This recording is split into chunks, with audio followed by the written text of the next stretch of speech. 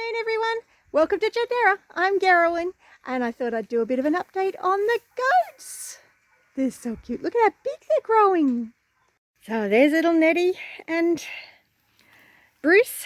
They are 80 days old, so getting very close to 3 months old, which means I'll be able to think about weaning them soon, which is great because Laura is not doing so well. And every time I try and give her food, everyone else nicks it. So I'm having a few challenges with that. And she's kind of fairly low on the pecking order in the herd, so it's a bit hard for her. And Jonathan was desperate to play with the baby, so he's gone in there for a little bit. So I am about to give them some new paddocks, but I'm finding it really interesting to look at the area that they've been in. We've just had like 27 mil of rain in winter.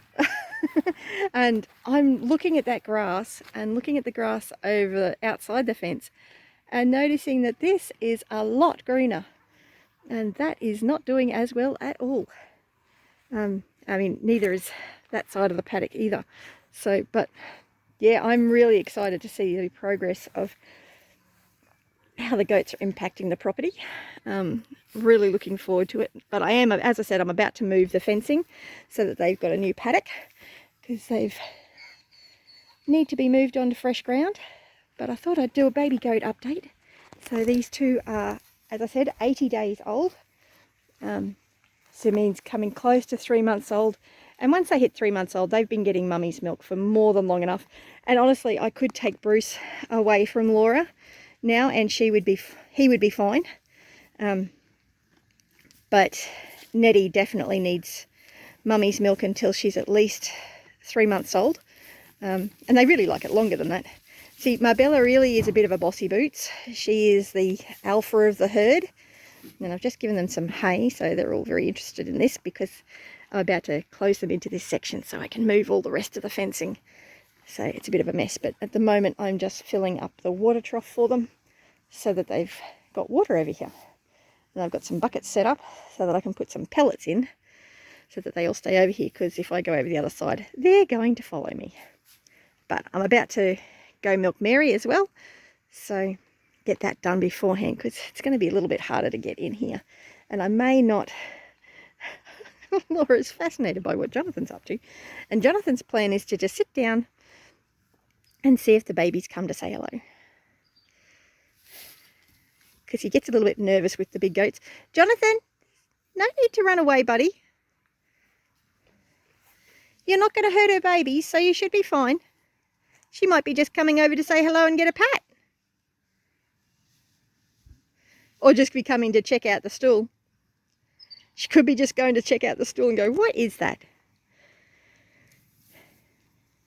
Jonathan's had a few encounters with mummy goats where he's gotten butted because they're trying to protect their babies.